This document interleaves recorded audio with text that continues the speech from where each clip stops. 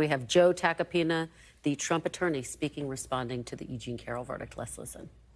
It was a rape case all along, and the jury rejected that, but made other findings. So we'll obviously be appealing those other findings, but they rejected her rape claim, and she'd always claimed this was a rape case. So it's a little perplexing, but we move forward. Did you speak to Mr. Trump, and what did he tell you? We've spoken, and we're ready to proceed, go forward. Obviously, he's firm in his belief, as many people are, that he cannot get a fair trial in New York City, based on the jury pool. Still's back. And, I think one could argue that that's probably an accurate assessment based on what happened today. Again, it's something that we're very confident on the appellate issues here. The Access Hollywood tape should not have come into this case. Some other things should come into the case. I mean, we made many motions that we thought would create issues for appeal, and we're going to employ them now. There were things that happened in this case that were beyond the pale. I mean, we made a mistrial motion midway through the trial because of some of the rulings and we believe a bias that was displayed by the court. This judge has been overturned already once by the Second Circuit in Carroll versus Trump, and we think he's going to be overturned a second time. But in the meantime, we march forward. He was found not liable for the rape, and that's it. The fact that Reid Hoffman, the Democratic financier, financed this case, and that was not something when Donald Trump was accused of making statements that this was a politically motivated claim, and the judge wouldn't let us go into that. And there were plenty of issues for us to pursue. You were complimented by not only the judge but opposing counsel. How do you feel about that? I appreciate that. I mean, look, I have respect for the opposing counsel in this case. Roberta Kaplan's a great lawyer. Her team's great. I appreciate that they complimented me, but for me, it's just about the results. And at the end of the day, while it was strange, part of me was obviously very happy that Donald Trump was not branded a rapist. I didn't think there should be any liability findings, so we'll pursue it. We'll pursue that. That's what I just said about the appeal, right? We're going to be appealing it, but she claimed all along that she had been raped by Donald Trump.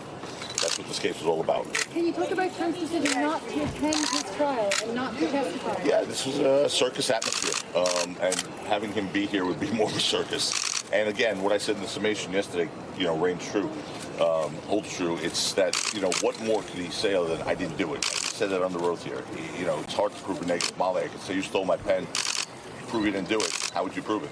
So you didn't do it, right? I mean, it's sort of where we're at. So, it's very simplistic to say, oh, he should have testified. He had nothing to say other than what he's already said on the road.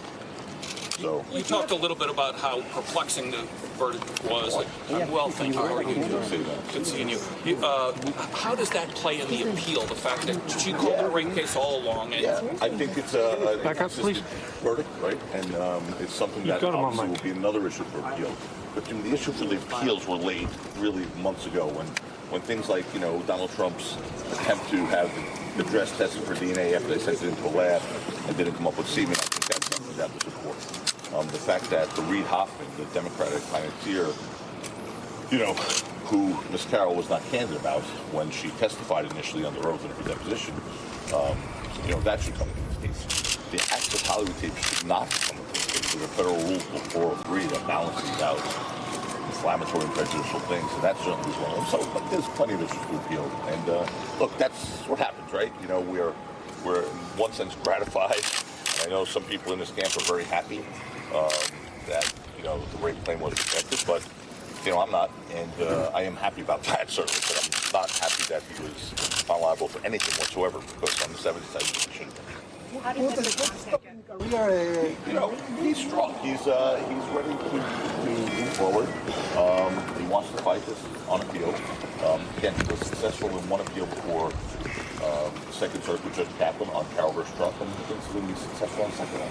But he's planning, he's got a town hall tomorrow night. He's just moving forward like he always does. Is this going to delay a quick shot? Nope. Thanks. Thank you. Thank you, Joe. The career for the President Donald Trump, this case? No, I don't think so. He seems to be a survivor and move forward, and will continue to move forward. Again, this case will be up on appeal, and we'll see what happens. But what do you think about the anonymous jury? Do you think that was fair?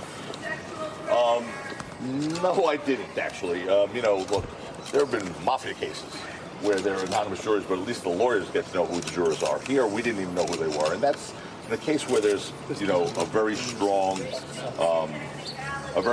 reaction people would have to politicians, particularly Donald Trump, one way or another.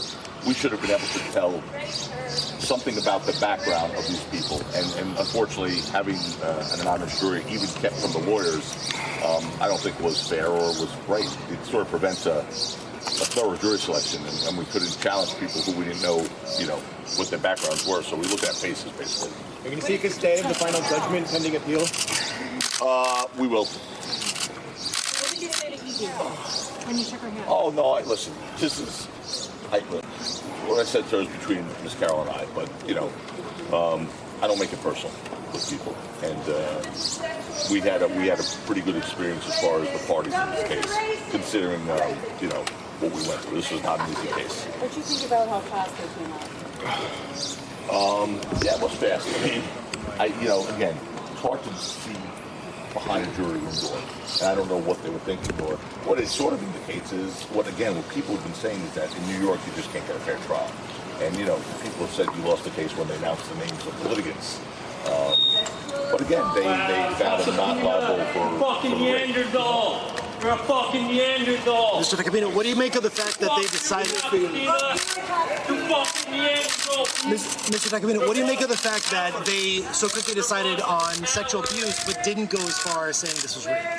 Yeah, it's what I said earlier, which is a bit inconsistent, right? It's a bit inconsistent because all along she was saying this was a rape.